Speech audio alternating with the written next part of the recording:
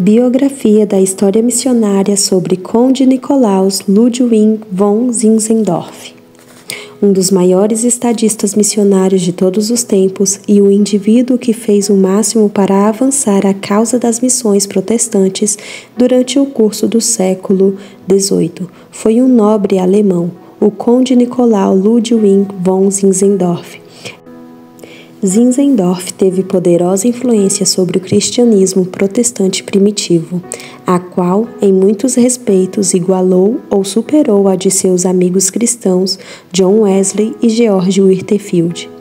Ele introduziu a evangelização ecumênica, fundou a Igreja Morávia e compôs inúmeros hinos, mas, acima de tudo, inaugurou um movimento missionário mundial que preparou o caminho para William Carey e o grande século das missões que se seguiria. Zinzendorf nasceu em 1700 em meio à riqueza e nobreza. A morte do pai, o novo casamento da mãe, fez com que fosse educado pela avó e uma tia. O pietismo evangélico e caloroso delas orientou seu coração para as coisas espirituais. Seus primeiros ensinos foram reforçados pela sua educação. Aos 10 anos foi enviado para estudar em Halle, onde ficou sob orientações inspirada do grande pietista luterano August Hermann Frank. Zinzendorf juntou-se ali a outros jovens dedicados e dessa associação surgiu a Ordem do Grão de Mostarda, uma fraternidade cristã dedicada a amar toda a família humana e a divulgar o Evangelho. Ao sair de Halle, Zinzendorf foi para Wittenberg a fim de estudar direito, preparando-se para uma carreira no serviço diplomático, a uma única profissão aceitável para um nobre. Mas ele não se sentia feliz com as suas perspectivas futuras. Ele ansiava entrar no ministério cristão. Todavia, parecia-lhe inconcebível quebrar as tradições familiares. A decisão foi um peso em sua mente até 1719, quando um incidente durante uma viagem pela Europa mudou o curso de sua vida. Enquanto visitava uma galeria de arte, viu um quadro, Esse Homo, de Domenico Feti, que mostrava Cristo suportando a coroa de espinhos com a seguinte inscrição: Fiz tudo isso por ti, o que fazes tu por mim? Desse momento em diante, Zinzendorf soube que jamais poderia ser feliz vivendo como nobre. Qualquer que fosse o preço, ele buscaria uma vida de serviço para o Salvador que tanto sofrera para resgatá-lo. A oportunidade para Zinzendorf envolveu-se em serviço cristão significativo não chegou senão em 1722, quando um grupo de refugiados protestantes buscou abrigo em sua propriedade em Berthesdorf, mais tarde chamada Ernücht, significando o vigia do Senhor. O convite de Zinzendorf aos refugiados para que se estabelecessem na terra, apesar da oposição de outros membros da família, foi um ponto crítico no desenvolver do momento morávio. Ernücht cresceu rapidamente à medida que se espalhava a notícia de generosidade do conde. Refugiados religiosos começaram a chegar e logo a propriedade transformou-se em próspera comunidade, cheia de casas recém-construídas e lojas. Com o aumento do número de pessoas, começaram a surgir problemas. Os vários ambientes religiosos dos moradores criaram discórdia e, em mais de uma ocasião, a própria existência de Ernücht correu perigo. Em 1727, porém, 5 anos depois da chegada dos primeiros refugiados, toda a atmosfera mudou.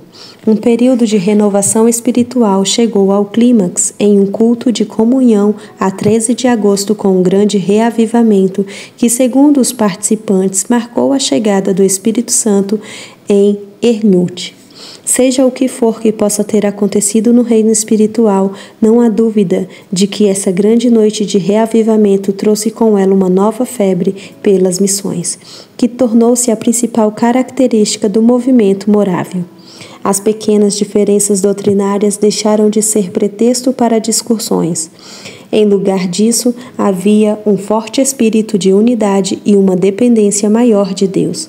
Foi iniciada uma vigília de orações que continuou noite e dia 7 dias por semana, sem qualquer interrupção por mais de 100 anos. O envolvimento direto nas missões estrangeiras não veio até alguns anos depois do grande despertamento espiritual. Zinzendorf se achava presente à coroação do rei Cristiano VI da Dinamarca e durante as festividades foi apresentado a 2 nativos da Groenlândia, convertidos de Hans Egede, e um escravo negro das Índias Ocidentais. Ele ficou tão impressionado com o pedido deles para receberem missionários que convidou o último a visitar Renult e voltou para casa com uma sensação intensa de urgência.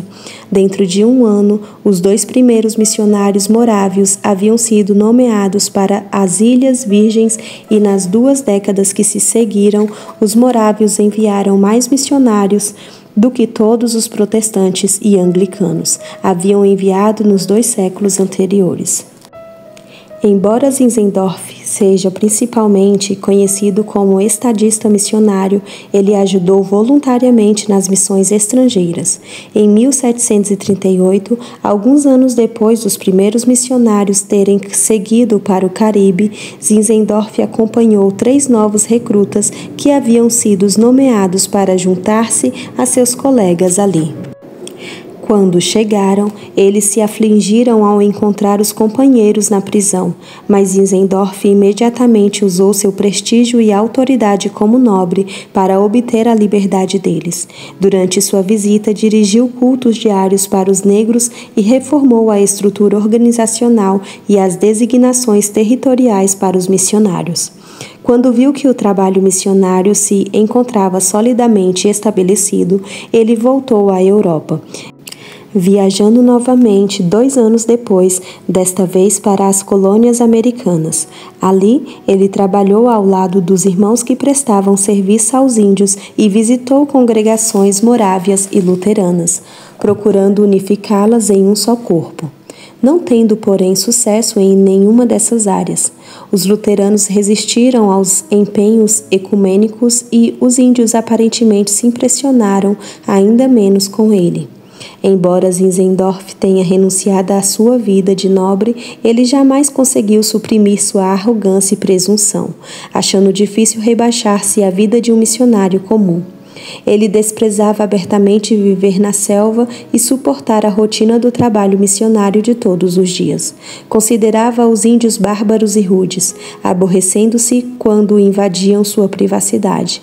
Sua incapacidade de relacionar-se ou mesmo conviver com eles, surpreendentemente, não abalou seu entusiasmo em evangelizá-los. Zinzendorf era, acima de tudo, um estadista missionário e, antes de sair da América, nomeou mais 20 missionários para o trabalho junto aos índios americanos. Como estadista missionário, Zinzendorf passou 33 anos como supervisor de uma rede mundial de missionários que esperavam liderança de sua parte. Seus métodos eram simples e práticos, suportando a prova do tempo. Todos os seus missionários eram leigos, treinados para evangelistas e não teólogos. Como leigos, com sustento próprio, esperava-se que trabalhasse junto aos prováveis convertidos, dando testemunho de sua fé por palavras e exemplo de vida, sempre procurando identificar-se como iguais e não superiores. A tarefa deles era apenas de evangelização, evitando estritamente qualquer envolvimento em questões políticas ou econômicas locais. Sua mensagem era o amor de Cristo, uma mensagem evangélica muito simples, negligenciando deliberadamente as verdades doutrinárias até depois da conversão, e mesmo então, um misticismo emocional tinha precedência sobre o ensino teológico. Acima de tudo, os missionários morávios tinham um propósito único. O ministério deles era prioritário. Esposas e famílias ficavam no abandono por causa de Cristo. Aconselhava-se aos jovens que permanecessem solteiros e, quando havia permissão para casar-se, a esposa era escolhida através de sorteio. O principal exemplo de objetivo único para o próprio Zinzendorf, sua mulher e filhos ficavam quase sempre para trás enquanto ele viajava pela Europa e outros lugares. Seu exílio por mais de uma década complicou ainda mais sua vida familiar. Enquanto se achava ausente, seus negócios e assuntos legais eram tratados por sua eficiente esposa. Edmund, mais ninguém desconhecia que os dois haviam se afastado um do outro e os últimos 15 anos de sua união não passou de um casamento apenas nominal. Não obstante, a morte dela foi um período de grande sofrimento para Zinzendorf. Segundo John Weinicke, seu biógrafo, a tristeza do conde foi agravada pelo remorso. Ele não fora justo com Edmund. Apesar dos cínicos, ele não lhe faltava com a fidelidade durante longos períodos de separação, mas tinha sido extremamente irrefletido, esquecendo-se de que ela era uma mulher, uma esposa e mãe. Depois do ano de luto por Edmund ter passado, Zinzendorf casou-se com Anna Nietzschemann, uma camponesa que, juntamente com outras, tinha viajado com ele por muitos anos. O casamento foi mantido em secreto durante um ano, parcialmente para evitar uma discussão em família por ele se rebaixar, casando-se com alguém tão inferior ao seu nível social. Apesar de sua baixa condição, Ana era uma irmã morávia dedicada que teve forte influência ideológica sobre Zinzendorf, especialmente na área do misticismo, e foi justamente esse fenômeno que deu lugar a graves problemas na missão. Sob a liderança do conde, a Igreja de Morávios colocara grande ênfase à morte de Cristo. Quando criança, ele meditara sobre a morte e a agonia do Senhor e seu chamado ao ministério. Se evidenciara durante sua contemplação de um quadro mostrando a agonia de Cristo. Com o passar do tempo, o que fora uma ênfase se transformava em terrível obsessão, e a igreja inteira parecia estar sendo levada por uma forma radical de misticismo. Tanto os irmãos como as irmãs da Igreja Morávia começaram a desprezar seu próprio valor enquanto descrevia morbidamente a morte de Cristo. Numa carta circular às igrejas, Ana, anos antes de seu casamento com Zinzendorf, escrevera: "Como um pequeno verme quero esconder-me em suas chagas", e o próprio Zinzendorf falava dos irmãos como pequenos vermes sangrentos no mar da graça. Foi formada uma ordem dos pequenos tolos, e Zinzendorf encorajava os membros a se comportarem como crianças e como peixinhos nadando no leito de sangue, ou abelhinhas sugando o sangue de Cristo. Enquanto alguns podem considerar a obsessão dos morávios pela morte física de Cristo como simplesmente uma estranha aberração da herança cristã evangélica, o significado é muito mais profundo do que sua relação com as missões cristãs. Quanto mais místicos e introspectivos os morávios se tornavam em sua identificação com o sofrimento físico do Senhor, menos se preocupavam com as necessidades alheias, especialmente com relação à evangelização mundial. Eles consideravam suas experiências místicas sensoriais como evidência de suprema espiritualidade e negligenciavam o lado prático de sua fé. Os missionários ativos eram, na verdade, desprezados por não terem alcançado ainda o plano elevado de espiritualidade dos místicos, e a causa das missões ficou assim prejudicada. Tudo isso poderia ter posto fim a esse grande movimento missionário, mas felizmente o conde voltou ao bom senso antes que fosse tarde demais, admitindo que a condição da igreja havia se degenerado grandemente e que ele mesmo havia talvez ocasionado isso. Zinzendorf conseguiu superar esse período breve, mas perigoso, e fez com que seus seguidores voltassem ao caminho certo. Esse fator, por si só, faz sobressair a estrutura desse grande homem. A contribuição de Zinzendorf no terreno das missões é melhor vista na vida dos homens e mulheres que aceitaram seus desafios de abandonar tudo pela causa do Evangelho. A única motivação deles era o amor sacrificial de Cristo pelo mundo, e foi essa mensagem que levaram até os confins da terra.